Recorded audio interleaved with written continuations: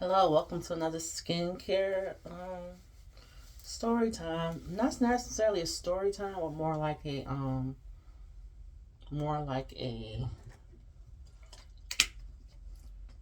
just my 2 cents. All right. So I want to talk about the whole student loan versus is it worth it to get the job kind of thing. Okay. So I just completed my master's 20 almost 20 years after I completed my bachelor's. So basically, for majority of my life, I wasn't going to do this. It's not something I do. If you're going to do a master's program, here's my 2 cents. One, if you're going to do it late in life, already have that position, already be in that company with the background, with the experience, already in that position. So therefore, now you don't have a reason why you're not promoted to the next level because you have that degree, you have that experience now. Having a degree and being out of the field and starting basically as an intern has been very difficult. Because one, when you hear the word intern, you don't want to hire a 40-year-old woman. You want to hire a 20-something-year-old perky, full of optimism, go coffee getter kind of person.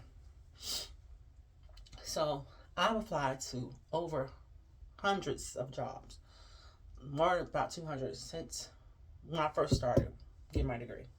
Now, my circumstances is special because I'm sick right now. I was sicker.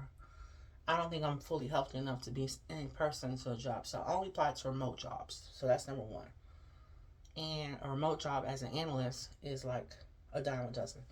So today we're going to start off. I just washed my face. Yesterday I did the AHA peel. So we're going to do just something simple today. We're going to do some toner because it's nighttime. And we're going to do some more blemish acne spot, and then we're going to do our Estee Lauder night serum. That's going to be our skincare for today.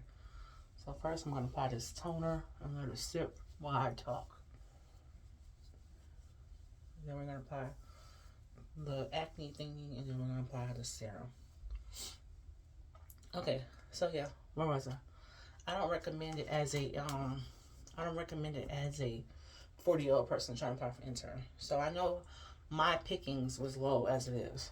So also I have no experience in business. I have experience in leadership as an interventionist. I have experience in professional training as a teacher for years. I have experience in mathematics as a math teacher, but I don't have corporate experience. So that's another strike against me. One, I have to work remote, and two, I don't have experience. I'm basically an educator going into business. So I first thought my niche would be business education, like corporate business partnerships. When you have like food brands at high schools, like we had Subway and Pizza Hut when I was in school, and how do those schools get those contracts through business relationships? I could be that link between the education side and the corporate side. I thought, that'd be a good fit for me. Once again, those positions are one in a million. And of course, they want experience and da da da da. And I don't have it. Even with my own company, I have experience with my company. I've been in my company for 5 years. I've had a pleasant time working there, but I've only been there as a tutor. So even when then, at least they gave me, I feel like they gave me more of a shot, more of a consideration, because it took a long time before I get my rejection letter. It could just be they just didn't want my name was last on the list. I'm just assuming. So, but even in my own company, it was very difficult to make my foot in. And like I said, I just graduated August, so here we are in this December, 4 months later. So this is my 4 month postgraduate degree review. Before I was pending, so now I can actually say on my resume it says received blah blah blah blah.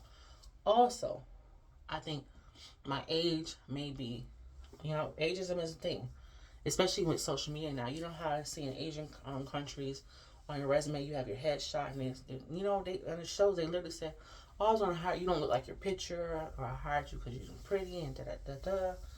And once again, this 40-year-old woman versus a 20-year-old woman, 20-year-old person. I'm not, and I don't post my pictures on my like LinkedIn or whatever. My LinkedIn, I don't really use LinkedIn like that. Maybe I should start as a new 2025 to really just, because we are social media. That's the world now. Even job applications are attach your LinkedIn, attach your LinkedIn. They want to see how you look before you can go to the interview. And I feel like they are rejecting you based on whatever biases they have. It could be racism, it could be sexism, it could be ageism. I fall in the three major hits when it comes to racism in the corporate in America, basically. One, I'm over 40. Two, I'm a black woman. And three, I'm a woman. So I fit the trifecta of hitting all my diploma. Especially now with the DEI rollback from the Trump administration. Hiring a black woman is not necessarily a bonus for your company, which that's not true because black women are awesome. But corporately now, there's no government incentive to do so. All right, so my toner has dried, so now we're going to apply the spot treatment, which I just feel a pimple right now. My God. I have a new skincare coming because this is running low. So we shall see how I react to it. I got it on the Black Friday sale bundle, so I'm very excited about it.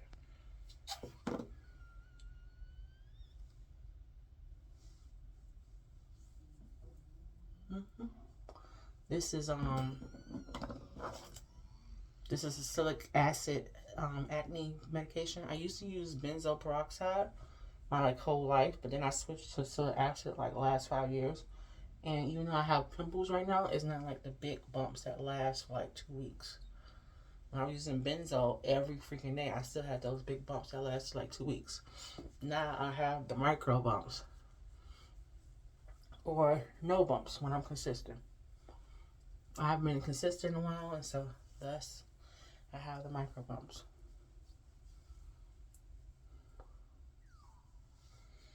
Alright, so let that dry in a little bit, and then we're going to apply our Estee Lauder night serum. Okay, so where was I? I don't feel like it's been really hard. It's been really hard. It's been really disheartening, especially because I basically paid $100,000 for this degree. Not necessarily the whole degree. I used every bit of the financial aid they gave me, which wasn't a lot.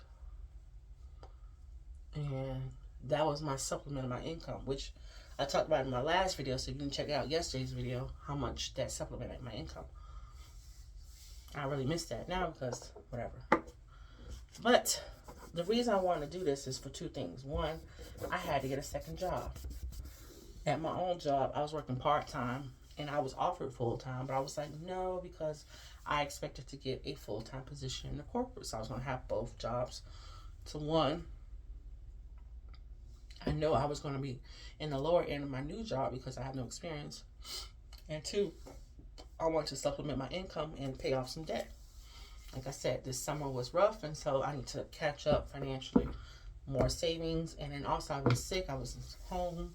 I want to go on some vacations, some celebrations. I didn't do nothing for graduation. I couldn't even go to my graduation because I was sick in bed. So, stuff like that. I have to go back home to Miami to visit folk, and all that requires money. So I didn't accept the full-time position, which left me in a part-time position, which left me with a void in my income. So I wanted a part-time job, and I started my second job today. And so that's what inspired this video. And yes, I am like all the millions of Americans that are underpaid. I have a master's degree doing basically customer service. Well, no, I'm in my field, but it's the lowest level, of course. But this is something. It's some serious. Like, I'm blessed. Like, at least I'm in my field. And yes, Apollo, how may I help you, sir? Mommy's almost done.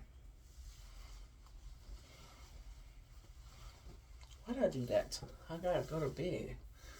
Okay, ponytail. The bun. I'm tired. It's 9 something.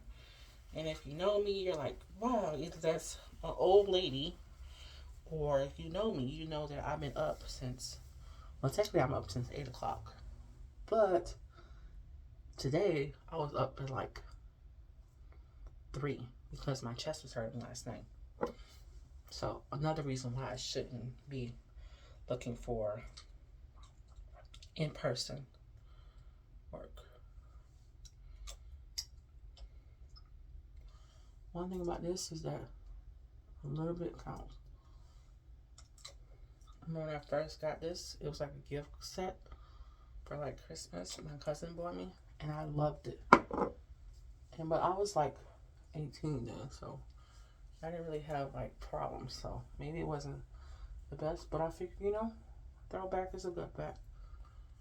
All right, last product. Ooh, I feel heavy. Sticky. All right. I feel like all my skincare leaves me with a shiny forehead and my gray cheeks, but hopefully one day my forehead and my cheeks will be once again the same color, and then I'll be all the same color. That's just the goal.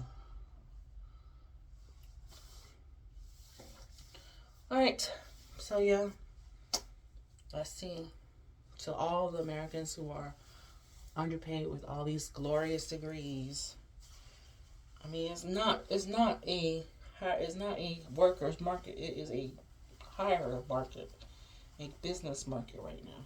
There's the pick of the litter, and I am so happy and blessed that one, not only do I have another job, more income, I'm healthy to do it. I can't complain, and I'm finally found a break now. So 2025 goal, we made it. 2026, I want to take off. I think what I should do and really focus on to get the bang out of my degree, because I'm in such a position, is to make my own business. And so as I formulate that plan to make that business, I'll bring you all along. So thank you for attending my TED Talk. My skincare 2 cents. So, toodaloo.